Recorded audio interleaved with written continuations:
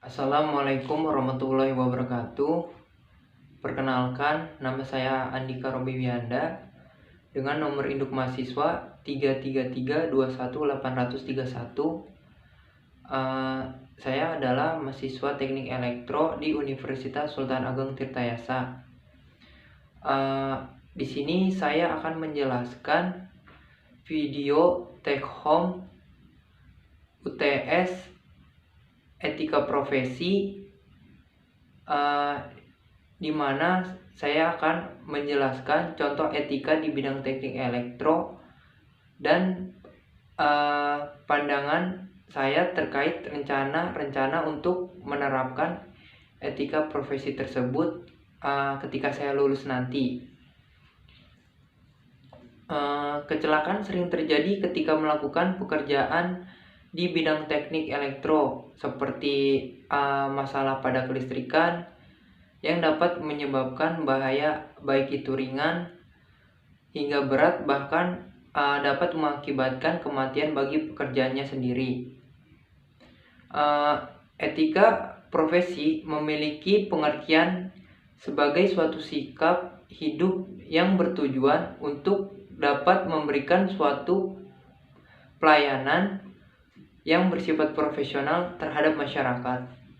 Nah, kemudian profesi itu sendiri adalah pekerjaan yang dilakukan sebagai kegiatan pokok untuk menghasilkan nafkah hidup dan mengandalkan suatu keahlian. Nah, di sini saya akan membahas dalam contoh kasus pemeliharaan transformator gardu induk. Nah, contoh etika profesinya itu yang pertama itu pekerja dapat menerapkan K3 dalam melakukan pemeliharaan transformator, di mana K3 itu kan merupakan keselamatan, kesehatan dan keselamatan kerja. Nah, itu merupakan hal yang sangat penting ketika melakukan pemeliharaan pada transformator. Kemudian yang kedua itu ada menerapkan SOP yang berlaku, di mana dalam melakukan sebuah pekerjaan pastinya terdapat standar operasi prosedur yang harus diperhatikan.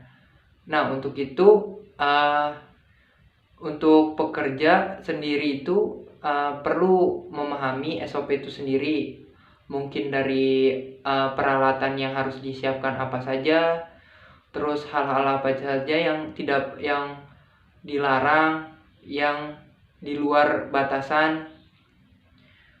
Nah, yang ketiga itu melakukan pemeriksaan pada bagian-bagian mesin transformator. Nah, dalam melakukan pemeriksaan bagian-bagian transformator itu sendiri kan ada beberapa bagian yang sangat diperlukan dilakukan dalam pemeriksaannya secara teratur.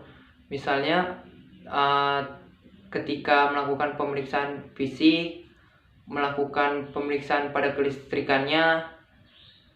Ketika melakukan pemeriksaan pada fisik itu, apakah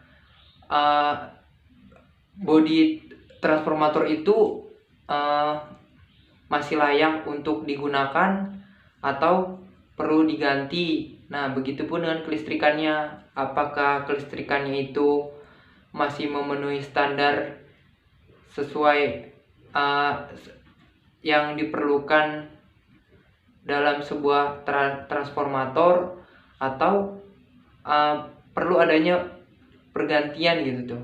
Nah, kemudian ada juga pemeriksaan pada minyak oli transformator, di mana di sini diperiksa oli transformatornya, apakah olinya itu sudah mengalami kotor atau masih layak untuk dipakai. Nah, itu sangat diperlukan ketika melakukan pemeliharaan pada transformator gardu induk.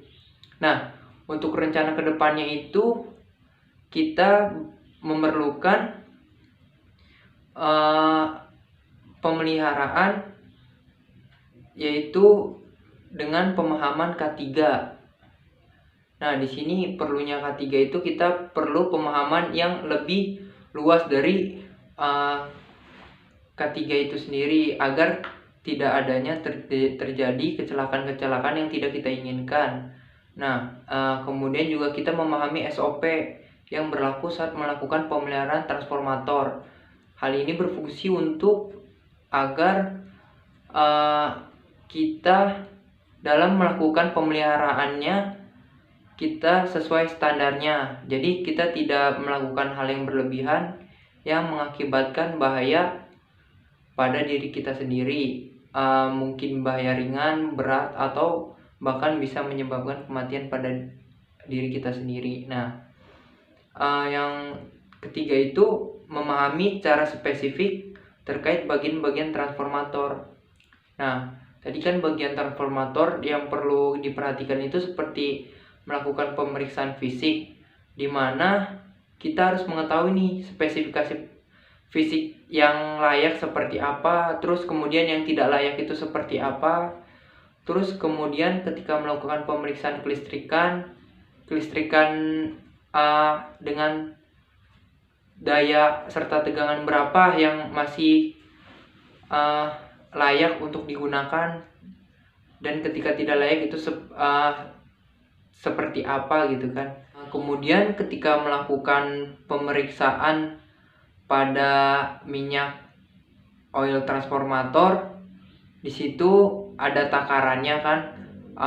Misalnya minyaknya itu harus terisi berapa liter. Nah, itu diperiksa apakah minyaknya itu sudah berkurang dan perlu ditambah, atau dapat juga misalnya minyaknya kotor. Nah, itu perlu adanya pergantian pada minyak transformator itu sendiri.